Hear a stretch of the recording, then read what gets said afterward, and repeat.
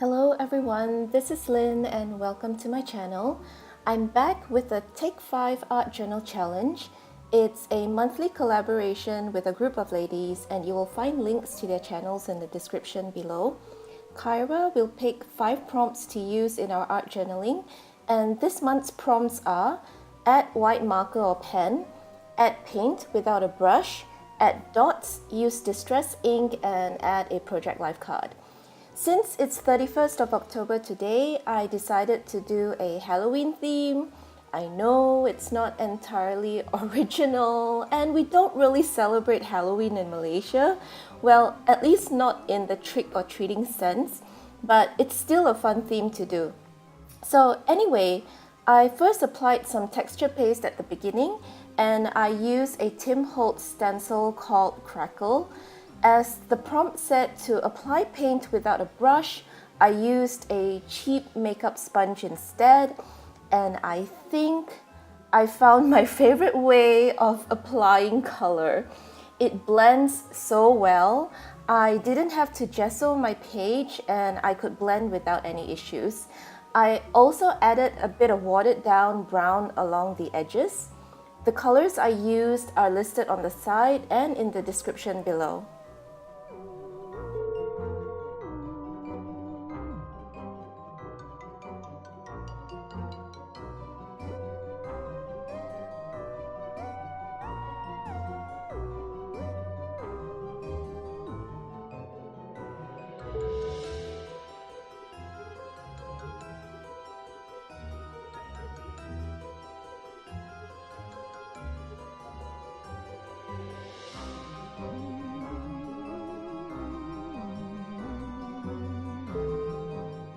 Next, I'm stamping an alphabet font type stamp by Dylusions with some Memento ink in Tangelo, which is basically an orange dye ink. I wanted the stamp to look like it's part of the background, so I wanted the effect to be a bit subtle. I got this set from Michael's or Joann's in the US. After that, I decided to work on the moon because I wanted to create a little scene. This is also one of the prompts to use distress ink, as I used it as sort of a watercolor on the moon. I just drew a circle on watercolor paper, wet the circle area and started dabbing in some colors, starting from the lightest working outwards to darkest.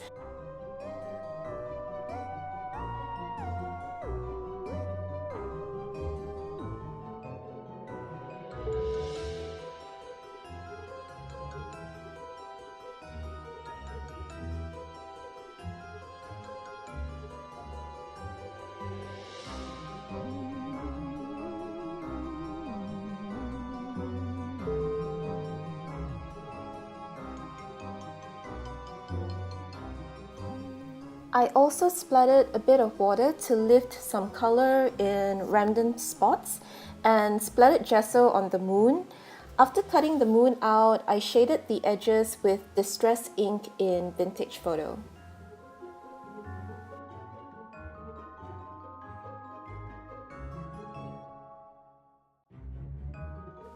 I wanted to emphasize the moon on the page, so I dabbed a circle of white using Picket fence distress paint and blended the circle to create a sort of hazy look. I think it helps the moon pop a little bit more. I stuck the moon down with some gel medium.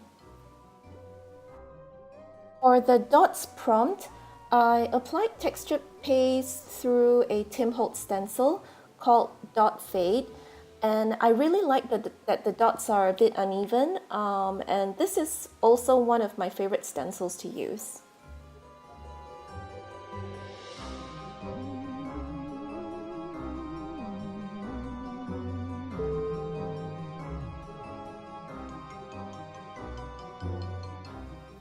Then I used an Oscolabo stamp that had some irregular circle designs and stamped using the Picket fence distress paint.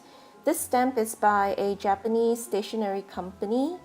I also splattered some watered down gesso all over the pages.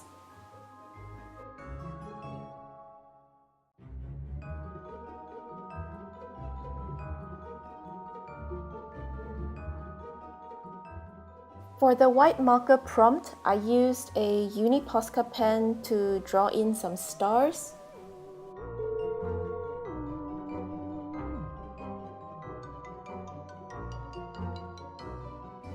I then added glitter gold stars that I cut out from a Simon Says stamped die I got some time back, and snipped off about 8 stars to scatter here and there. I stuck them down with liquid glue.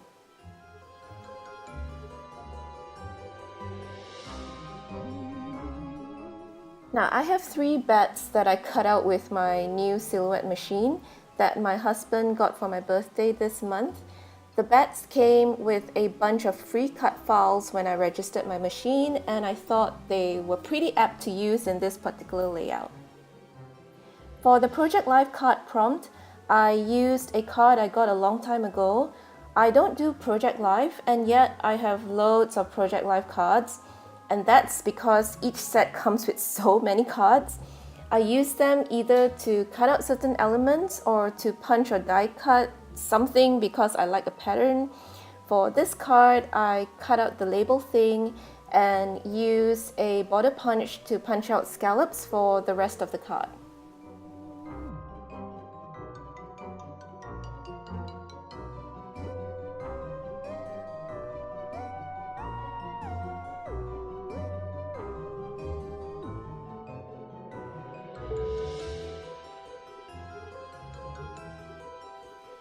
After deciding where the elements would go, I shaded the shadow or outline of the shapes with more vintage photo distress ink. I stuck everything down with either liquid glue or gel medium because the surface is really textured and bumpy, so it needs a better bond. And even though I popped up some elements with foam tape, I would still slap some liquid glue on just to make sure it sticks. One of the last things I added were these adorable Halloween creature heads that I got from Daiso. It's actually a bunting, but I took the string out. After arranging the heads, I shaded each of them and the shadows with vintage photo distress ink.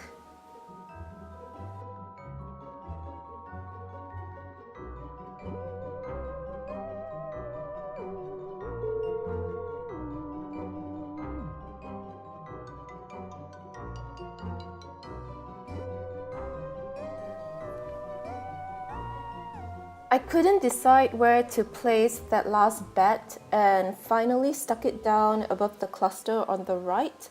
I thought the pumpkin on the left looked a little unfinished, so I added a skull and witch head to keep the little guy some company.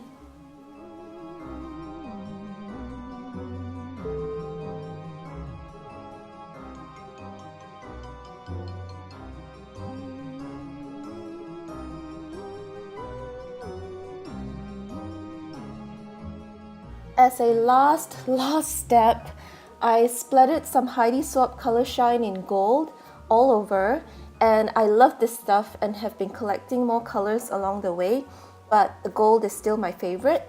So here's a closer look at what I've done in this Take 5 art challenge. I really like the way this page turned out. It's such a fun layout. Sure, it's a lot more involved than my other layouts, but I think the end result is worth it. Please do check out what the other ladies are up to and show them some love too. Let me know if you're playing along, and please use the hashtag Take5Art and tag me here or on Instagram if you'd like. I would love to see what you're up to. I hope you enjoyed this video and give it a thumbs up if you liked it, and subscribe to my channel if you haven't done so already. So that's it for today, and until the next time, happy Halloween and bye-bye!